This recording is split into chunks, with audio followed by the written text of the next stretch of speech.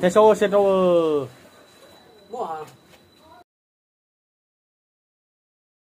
Bab 66-68. Suamiku sang duda tampan. Kebahagiaan itu nyatanya berteman dengan kesedihan. Begitulah hidup. Aira sangat memahami itu. 1 bulan berlalu sejak mereka akhirnya pindah ke rumah baru. Tepat saat Aira baru selesai bertemu dengan tim editor, ponselnya berbunyi. Pesan tersebut dari Satria mengabarkan bahwa Arsal terserempet mobil. Setelah mendapat info tersebut, Aira langsung pergi ke rumah sakit bersama Riana. Kini disinilah mereka berada. Aira berjalan cepat, hampir setengah berlari di lorong rumah sakit dengan Riana di belakangnya. Nafasnya memburu, jantungnya berdetak tak karuan. Jangan buru-buru, Ra. Ingat, kamu lagi hamil. Harus hati-hati, ucap Riana di belakangnya. Tapi Aira tidak menghiraukan. Sepatu flat yang dikenakannya bahkan terdengar nyaring memantul di lantai. Begitu sampai di depan ruang IGD, Aira langsung membuka pintu tanpa mengetuk. Matanya langsung mencari sosok Arsal. Dan di sana, di balik tirai setengah terbuka, Arsal tampak duduk di tepi ranjang dengan satu perban melingkar di lengan kirinya. Kemeja putihnya terlihat kusut, wajahnya pucat, tapi jelas masih sadar dan cukup sehat untuk bicara dengan seorang perawat. Mas. Aira memanggil pelan, suaranya sedikit serak menahan tangis. Arsal menoleh dan tatapan mereka bertemu. Seketika itu juga Aira melangkah cepat, langsung menggenggam tangan erat. Jantungnya masih berdetak cepat. Meski perban hanya berada pada lengan lelaki itu, tetapi kecemasan tetap memenuhi rongga dadanya. Kamu. Aira menarik napas dalam-dalam. Gimana kondisi kamu? Arsal tersenyum tipis. Berusaha menenangkan Aira. Aku baik-baik aja, Ai. Arsal justru menelisik penampilan istrinya, lalu menoleh pada Riana yang berdiri tidak jauh dari mereka. Makasih ya, Ri, sudah menemani Aira. Iya, Pak. Riana hanya tersenyum kecil. Satria yang kasih kabar ke kamu, iya. Tanya Arsal sambil mengusap lembut punggung tangan Aira dengan ibu jarinya. Matanya menatap mata Aira dengan lembut. Kalau tahu respon kamu bakalan gini, lebih baik tadi aku larang aja Satria ngabarin kamu. Aira menepuk pelan bahu Arsal. Meskipun kini ia sudah lebih tenang, tetap saja kekhawatiran masih menggelayuti pikirannya. Malah bercanda. Aku serius khawatir ini. Arsal tertawa pelan. Maaf ya. Kamu tenang aja. Aku nggak punya luka berat kok. Ini saja sudah bisa langsung pulang. Lelaki itu menggoda Aira dengan senyum jahil, tak urung membuat sudut mata Aira berair karena terharu. Gimana bisa kecelakaan begini sih? Satria ngebut ya. Aira menyipit tajam pada Arsal. Tiba-tiba Satria muncul. Ia menatap bingung ketiga orang yang sedang menatap dirinya. Seolah mengerti kode yang diberikan Arsal, Satria akhirnya paham situasi tersebut. Kita lagi buru-buru mau jemput Mbak Aira sebenarnya. Makanya pas mau beli donat favorit Nona Kalia, Mas Arsal langsung nyebrang tanpa hati-hati. Namun, saat mobil itu seharusnya menabrak Pak Arsal, tiba-tiba Mbak Amanda yang ternyata juga ada di sana langsung mendorong Pak Arsal. Jadi ya begitu deh. Pak Arsal hanya luka di sikunya saja karena tergeser jalanan sementara Amanda yang terluka. Aira menatap Arsal lagi, Arsal tidak bilang apa-apa mengenai Amanda. Ini Amanda. Arsal mengangguk. Iya. Amanda yang kita kenal. Sekarang dia masih ditangani. Kamu pantau terus ya, Sat. Mata Arsal mengarah ke Satria yang langsung mengangguk. Kamu dan Amanda kenapa dari tempat yang sama? Kalian janjian? Enggak, sayang. Siapa juga yang janjian sama Amanda? Kalau nggak percaya tanya saja sama Satria. Satria langsung mengangguk, takut berhadapan dengan Aira yang sedang dalam masa sensitif itu. Iya, Mbak. Saya saksinya. Pak Arsal mana berani aneh-aneh. Bucin begitu sama Mbak. Nanyain Satria sama aja bohong, Ra. Satria kan asistennya Pak Arsal. Mana berani dia jawab yang aneh-aneh. Riana menatap Satria dengan jahil. Jadi Amanda bagaimana sekarang, Mas Satria? Tanya Aira cemas. Masih dalam penanganan beberapa dokter, Mbak. Arsal mengusap punggung tangan Aira dengan ibu jarinya. Suaranya lebih pelan. Kita berdoa aja ya. Semoga dia nggak kenapa-napa. Aira hanya mengangguk pelan. Hatinya jelas belum bisa tenang sekarang. Apalagi kenyataan bahwa Amanda terluka parah karena menolong suaminya, akan membuatnya berhutang budi pada gadis yang akhir-akhir ini menyebalkan itu. Aira berdiri di sisi luar ruang perawatan Amanda. Dari balik kaca, ia bisa melihat Arsal duduk di kursi di samping ranjang, membungkuk dengan tangan terlipat di depan wajah. Sementara itu, Amanda terbaring dengan wajah pucat, satu kaki kirinya sudah diperban dan ditopang penyangga. Katanya ligamen kakinya robek cukup parah. Mungkin perlu waktu yang lumayan lama buat pulih sepenuhnya, ucap Aira yang berdiri di sebelah Riana. Arsal pasti merasa bersalah sekarang. Aira mengamati gestur tubuh Arsal. Lelaki itu lebih banyak diam saat dokter mengatakan bahwa kondisi kaki Amanda yang jauh dari kata baik. Masuk sana, Ra. Hibur Arsal. Riana menyuruh Aira. Saat itu juga Aira memutuskan masuk ke dalam.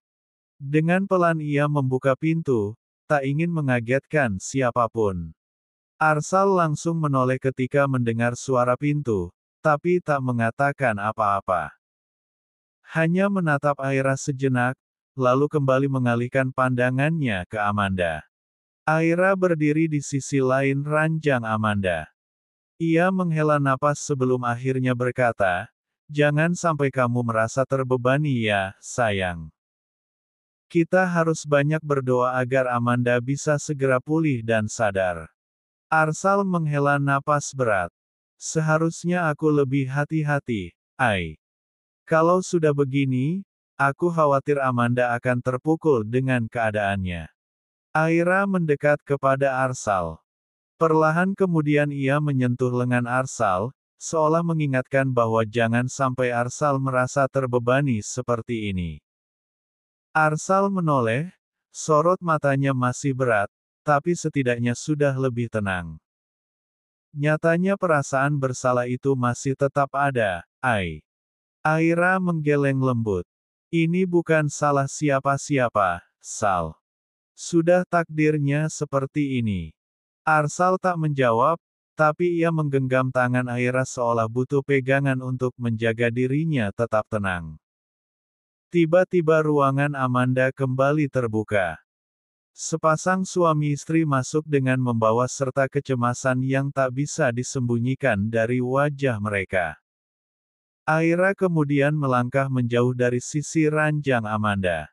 Ia kemudian berdiri di sisi pintu, sedikit menunduk memberi ruang. Sementara Arsal berdiri tak jauh dari tempat tidur Amanda, menemani mereka. Mata Amanda masih tertutup. Hal itu membuat ibu Amanda semakin lirih. Menatap sang anak dengan begitu cemas. "Amanda, nak, Mama di sini." "Astagfirullah, kenapa sampai begini?" Suara ibu Amanda terdengar lirih dan gemetar, tangannya menggenggam tangan putrinya erat. Bagaimana bisa seperti ini, Nak Arsal? Ayah Amanda memegang bahu istrinya, berusaha menenangkan, sementara pandangan mereka otomatis beralih pada Arsal. Saya minta maaf ya, Ma, Pa. Amanda begini karena menyelamatkan saya. Arsal menunduk sejenak. Lalu mengangkat wajahnya yang tampak keruh. Perempuan yang wajahnya sekilas mirip Amanda itu menggenggam tangan Arsal. Tolong jaga Amanda ya, Sal. Kami takutnya dia akan sangat terpukul dengan kondisinya. Kami mohon, Nak. Hanya kamu yang dekat dan bisa menenangkannya. Aira sempat menunduk, menahan rasa tidak enaknya sendiri. Karena seolah-olah kehadirannya tak dianggap. Sedangkan Riana kini berdiri di sampingnya. Memberi kekuatan pada sahabatnya itu. Arsal sempat melirik ke arah Aira, lalu menjawab dengan nada tenang dan datar, "Insya Allah, Bu. Kami akan menjaga Amanda." Arsal sengaja menekankan kata kami. Merujuk kepada dirinya dan Aira. Namun Ibu Amanda seperti tak mendengar. Tatapannya hanya tertuju pada Arsal, mengabaikan keberadaan Aira di sana. Kamu itu orang yang paling dekat dengan Amanda, lanjutnya, suara sedikit bergetar. Tolong ya, Nak. Kondisinya sekarang juga karena menyelamatkan kamu. Mama harap kamu bisa lebih bijak ya. Aira tetap diam di tempat, menahan napas. Hanya sesekali mengeratkan genggaman tangannya sendiri. Arsal tidak menjawab. Ia kemudian akhirnya melangkah mendekat ke Aira, seolah dengan itu ingin menunjukkan bahwa ia tetap berpihak pada istrinya. Dengan tangan yang pelan namun tegas, Arsal menggenggam tangan Aira. Maaf, Bu. Tapi sekarang saya sudah berkeluarga. Kalau ada apa-apa, tetap Aira yang jadi pertimbangan saya. Suasana menjadi lebih tegang. Apalagi tatapan kecewa sekaligus tidak suka Ibu Amanda terlihat sekali pada Aira. Namun, dengan cepat perempuan itu merubah rautnya. Ia kemudian berjalan perlahan. Mendekati Aira dengan tatapan memohon. Tante mohon, Nak Aira. Mohon izinkan Nak Arsal menjaga Amanda ya. Kamu adalah calon ibu. Setiap ibu akan melakukan apapun demi anaknya. Semoga hati kamu bisa mengizinkan, ya. Aira merasa tersudutkan. Sebagai seorang perempuan dan seorang ibu, ia bisa memaklumi sikap ibunya Amanda. Namun, sebagai seorang istri ia juga ingin egois dengan tidak membiarkan Arsal terlalu perhatian pada Amanda. Apalagi gadis itu jelas-jelas masih menyimpan perasaan pada suaminya. Apa yang harus aku lakukan? Mohon petunjukmu, ya Allah. Bab 67. Malam semakin menanjak tinggi meninggalkan keheningan yang begitu menyergap. Namun, kamar yang didominasi warna sage green itu masih begitu terang dengan lampu utama yang masih menyala. Di sofa kamar tersebut, Aira masih duduk tegak mencoba berkonsentrasi pada tablet di tangannya.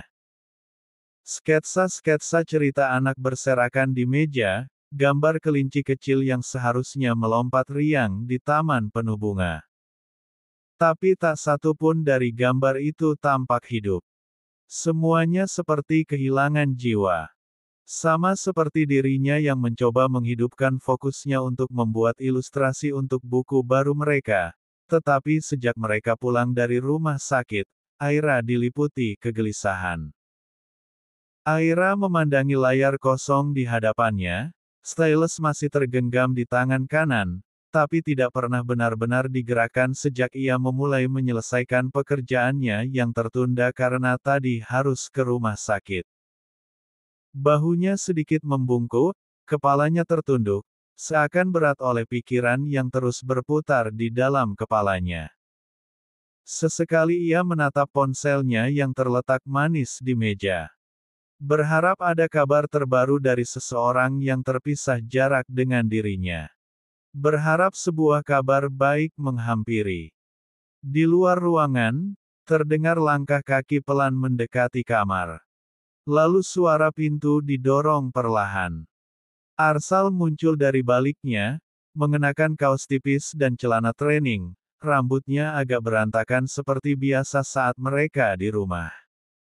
Tidak lupa segelas teh chamomile ia bawa kemudian segera ia letakkan di meja. Tepat di samping ponsel Aira berada. Terima kasih, sayang, ucap Aira memberikan senyum manis di wajahnya agar Arsal tidak menangkap gurat kegelisahan di wajahnya. Arsal duduk di samping Aira. Lembur? Ya. Nggak mau dilanjutkan besok saja. Ini sudah malam banget loh, Ai. Mata Arsal melirik jam dinding yang sudah menunjukkan pukul 11:30 malam. Aira hanya menggeleng pelan. Tak menoleh. Tangannya memutar-mutar stylus di jari, matanya tetap tertuju pada layar yang kosong. Namun, kemudian matanya menatap Arsal dengan lembut. Kamu lebih baik istirahat deh. Tubuh kamu butuh istirahat. Itu lukanya bisa jadi warning buat kamu supaya lebih cepat istirahat.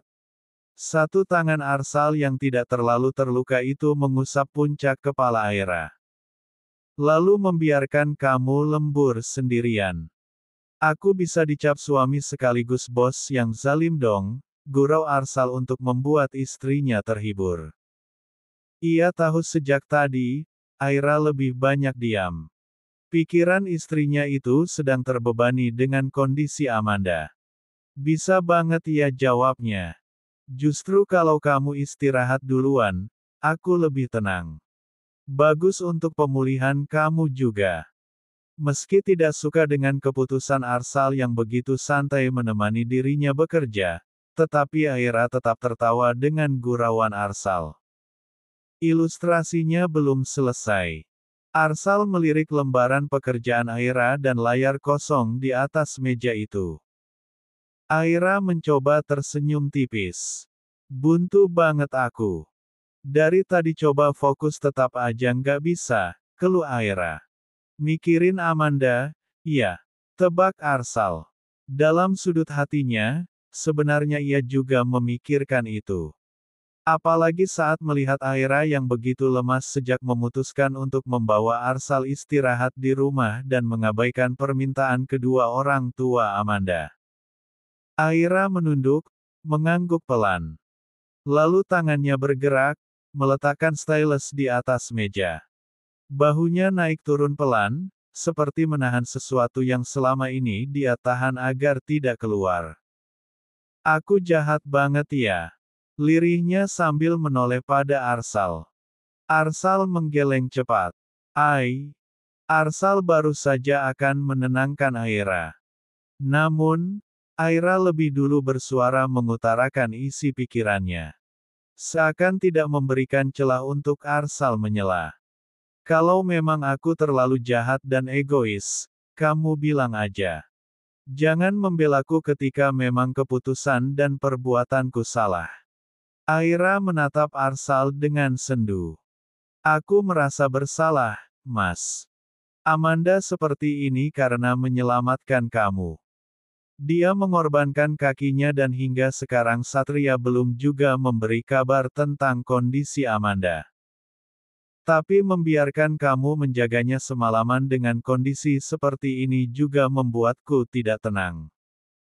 Suara Aira terdengar serak. Pikirannya tertuju kepada bayangan Amanda yang masih terbaring di rumah sakit dengan wajah pucat. Gadis yang biasanya menyebalkan itu kini tidak terbaring tidak berdaya di ranjang rumah sakit. Aira sendiri sebenarnya tidak benar-benar membenci gadis itu. Ia yakin, perasaan Amanda kepada Arsal hanyalah perasaan nyaman seorang adik ke kakaknya. Apalagi semenjak Ilana meninggal, hanya Arsal dan Kalia yang menjadi peninggalan berharga sang kakak. Gadis itu hanya sedang bingung dan diliputi rasa takut kehilangan dua hal berharga tersebut setelah Aira hadir. Arsal diam sejenak. La menggeser duduknya lebih dekat, meraih tubuh Aira untuk ia peluk. Membiarkan Aira bersandar nyaman di dada bidangnya. Jangan terbebani seperti ini, ya. Toh kita juga tidak lepas tanggung jawab. Sementara ini biarkan Satria yang menggantikan aku menjaga Amanda. Dengan kondisi tanganku yang seperti ini juga membuat aku tidak bisa optimal menjaga Amanda. Kita doakan dia dari sini, ya. Arsal mendaratkan kecupan lembut di pelipis. Aira. The Royal Dream mainkan nikmati Lucky Wheel setiap hari. Sekarang dan D. Tapi rasa bersalah itu masih ada. Kalau nggak ada dia, aku nggak sanggup membayangkan bagaimana kondisi kamu. Lihat aku. Tegur Arsal dengan tegas. Ia kemudian menatap Aira dengan lekat. Tangan Aira digenggamnya dengan erat. Kita sudah bicara soal ini. Aku juga tahu batas aku di situ. Amanda itu penting, iya. Tapi kamu lebih penting untukku. Kamu adalah istriku, Ai. Kesehatan fisik kamu dan psikis kamu sangat harus aku jaga kestabilannya. Sudah ya. Lebih baik kamu istirahat. Aira menatap Arsal dengan perasaan haru. La akhirnya mengangguk. Maaf ya. Aku pasti berlebihan dan sangat menyebalkan, ya. Arsal terkekeh dan sangat memaklumi perubahan perasaan Aira yang sangat sensitif sekarang. Hormon ibu hamil di depannya ini membuat Aira terlihat berbeda dengan dirinya sebelum hamil. Kamu pernah nggak terbersit pikiran membenci Amanda? Mata Aira membulat karena terkejut dengan pertanyaan random itu. Ngaco. Ya enggak lah. Usia-usia seperti dia kan memang seringnya sangat menyebalkan. Aku maklumi itu. Kelakuannya memang sering membuatku mengelus dada. Tapi selama ini dia juga tidak pernah mencelakai aku. Dia hanya takut kehilangan kamu. Dia sudah kehilangan kakaknya, Mas. Orang tuanya kamu tahu sendiri, kalau kondisi papanya juga kurang membaik. Dia hanya kesepian. Arsal sebenarnya sudah mengira jawaban Aira. La sudah mengenal perempuan berstatus istrinya ini selama lebih dari 10 tahun. Kepribadian Aira lah yang membuatnya mengagumi perempuan ini. Meskipun sikap tidak enakan perempuan ini seringkali membuat Arsal jengkel. Namun, tetap saja pesona perempuan berhati lapang dan anti ribet ini membuatnya gagal move on semenjak pertama kali ia menyadari perasaannya pada Aira dulu. Hingga sekarang perasaan itu semakin tumbuh setiap hari. Tiba-tiba ponsel Arsal berdering. Mereka berdua kompak melihat siapa yang menelpon. Nama Satria ternyata terpampang di layar. Tanpa menunggu lama, Arsal segera menerima panggilan itu. Sengaja ia mengaktifkan fitur speaker agar Aira pun bisa mendengarnya. Assalamualaikum, bagaimana kondisi di sana, Sat? Tanya Arsal langsung. Waalaikumsalam. Mbak Amanda sudah sabar, Pak. Tapi, suara Satria terdengar ragu melanjutkan perkataannya. Arsal dan Aira saling tatap. Merasa tegang menunggu lanjutan perkataan Satria yang belum kunjung terdengar. Bab 68. Arsal dan Aira saling tatap.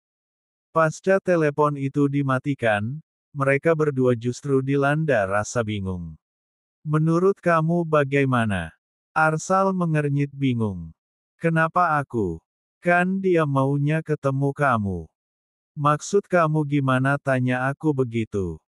Aira menghela napasnya. Amanda tiba-tiba mau bertemu aku.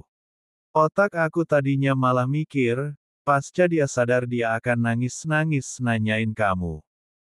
Kok jadi aneh begini ya? Sama seperti Aira. Arsal juga heran. Kabar atas sadarnya Amanda pasca kecelakaan sudah membuat mereka lega. Tiba-tiba Satria mengabari bahwa Amanda tiba-tiba ingin bertemu Aira. Mungkin dia sudah sadar kalau kamu memang orang baik. Gak seharusnya dimusuhi. Arsal berkomentar dengan entengnya. Tangannya kemudian merapikan rambut Aira ke belakang. Sudah. Mikirin Amanda terus nanti malah membuat kamu nggak tidur. Bagus dong kalau memang nantinya dia bisa bersikap baik sama kamu. Aira mengubah posisi duduknya menjadi duduk bersila menghadap Arsal. Tapi ini masih terlalu aneh, sayang. Apa gara-gara kepalanya terbentur aspal makanya begitu? Ya. Mata Aira mengerjap polos. Arsal mencubit hidup Aira dengan gemas. Tawa Arsal ikut menggema di kamar mereka tersebut. Jangan-jangan Amanda amnesia ya, Ai. Seperti tokoh-tokoh yang ada di drama yang biasa kamu tonton. Emang ada yang begitu dalam kehidupan asli? Iya. Mungkin ada. Tapi kayaknya nggak berlebihan seperti di drama. Kalaupun dia amnesia, aku bersyukur banget dia nggak akting minta kamu nikahin. Waktu mamanya mohon-mohon minta kamu buat jagain dia aja aku takut banget. Baru minta kamu jagain di rumah sakit aja aku udah nggak rela, apalagi kalau dia minta kamu nikahin. Ada-ada aja. Ya nggak begitulah. Kebanyakan nonton sinetron jadinya begini efeknya. Lagi pula ngurusin kamu aja aku masih banyak kurangnya, gimana kalau nambah istri? Dosa yang ada, Ai. Arsal melipat tangannya di dada. Aira mengangkat bahunya. Kita nggak pernah tahu jalan hidup ke depannya bagaimana. Aku dan kamu sama-sama titipan Allah. Sesuatu yang namanya titipan tidak bisa kita klaim jadi hak milik. Kita juga nggak tahu bakalan jodoh sampai kapan. Tiba-tiba tangan Arsal menarik Aira ke pelukannya.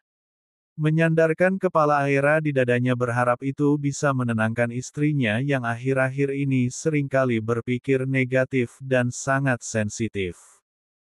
Aku tahu itu. Makanya aku bersyukur bisa menikah dengan kamu. Hadirnya kamu menjadi pengingat untuk aku, Ai. Tetapi aku juga tidak suka dengan kalimat kamu yang terdengar pesimis itu. Kita berjuang dan berdoa sama-sama, ya. Semoga selalu berjodoh, baik di dunia maupun di surga nanti. Arsal mengecup puncak kepala Aira dengan lembut. Tangannya mengusap lengan istri agar memberikan ketenangan untuk perempuan yang sedang berbadan dua itu. Aira mengeratkan tangannya di tubuh Arsal. Ia juga sesekali membenamkan wajahnya di dada bidang suaminya. Kamu sayang banget sama aku, iya. Harus banget dijawab ya. Iya dong. Wajib itu. Bukannya kamu udah tahu jawabannya, iya. Nih buktinya. Udah ada yang ngisi nih di sini. Arsal mengusap perut rata Aira yang tertutup baju. Aira mengangkat wajahnya menatap Arsal yang kini tersenyum padanya. Bukannya cowok kalau nggak cinta juga bisa bikin anak, ya. Kamu semenjak hamil pikirannya jadi aneh-aneh ya.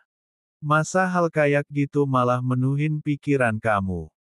Aira melepaskan diri dari pelukan Arsal. Wajahnya langsung serius menghadap Arsal. Sedangkan lelaki itu menahan diri untuk tidak tertawa. Akhir-akhir ini tingkah Aira memang sering membuatnya tertawa. Meskipun terkadang membuat Arsal bingung untuk menjawab setiap pertanyaannya. Akan tetapi, hormon kehamilannya seakan menjadi hiburan untuk Arsal. Pas kamu ngelakuinnya sama aku pertama kali, itu kamu udah cinta sama aku belum? Ya iyalah, Ai. Udah yuk. Mendingan kita tidur. Arsal berdiri.